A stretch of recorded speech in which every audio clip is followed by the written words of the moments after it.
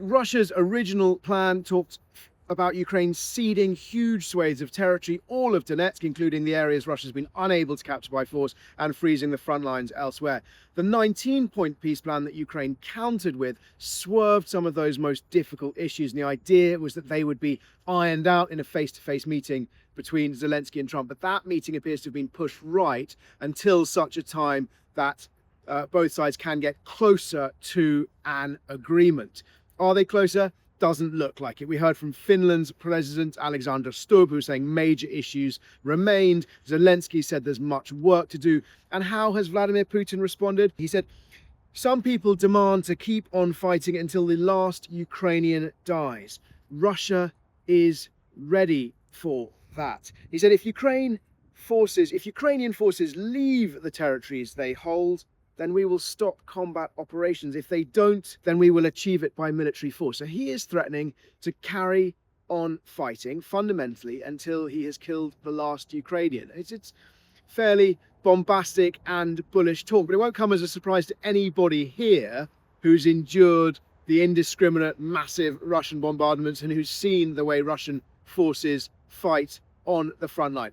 Of course, there's always a gap between rhetoric, what leaders say, and what they're privately prepared to concede in these sorts of negotiations. But at the moment, it would seem that both sides are back to openly stating their maximalist demands, that Ukraine will not cede territory and that Russia will keep fighting until Ukraine surrenders. So having had a week, 10 days of momentum towards peace, those negotiations are still ongoing, but at least the public rhetoric from Kyiv and Moscow appears to have gone backwards.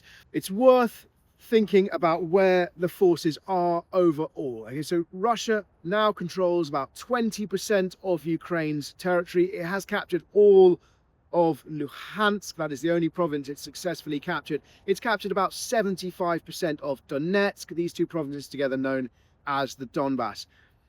Over the last 20 months, an analysis by the Institute of the Study of War, or rather over 20 months, it took Russia 20 months to advance 25 kilometers from Andriivka to Pokrovsk, and then 5 months of intense urban fighting to take what they have managed to take of Pokrovsk, which is almost all of it, but not all of it.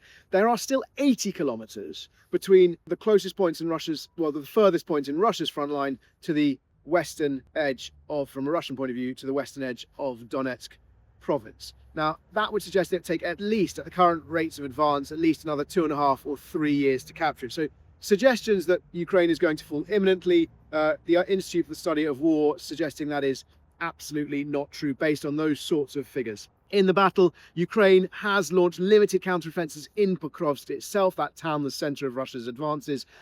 They are clinging on to positions in the northern edges of the city, but it is, to all intents and purposes, most of that city appears to be lost. Russia's also made and continues to make advances around Huliopole. We talked about that last week as well. Its forces advancing westwards, threatening key roads, and they continue to be intense fighting around Kupiansk.